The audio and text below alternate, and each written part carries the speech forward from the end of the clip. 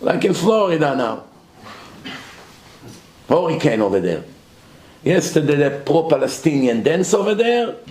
Today Hashem destroyed the place. They want to learn the hard way, they learn the hard way. You let these Nazis demonstrate, one day this place will be destroyed. That's how it goes. You get Hashem angry, expect consequences. The United States made a decision against Israel. Few days later, New Orleans was all flooded.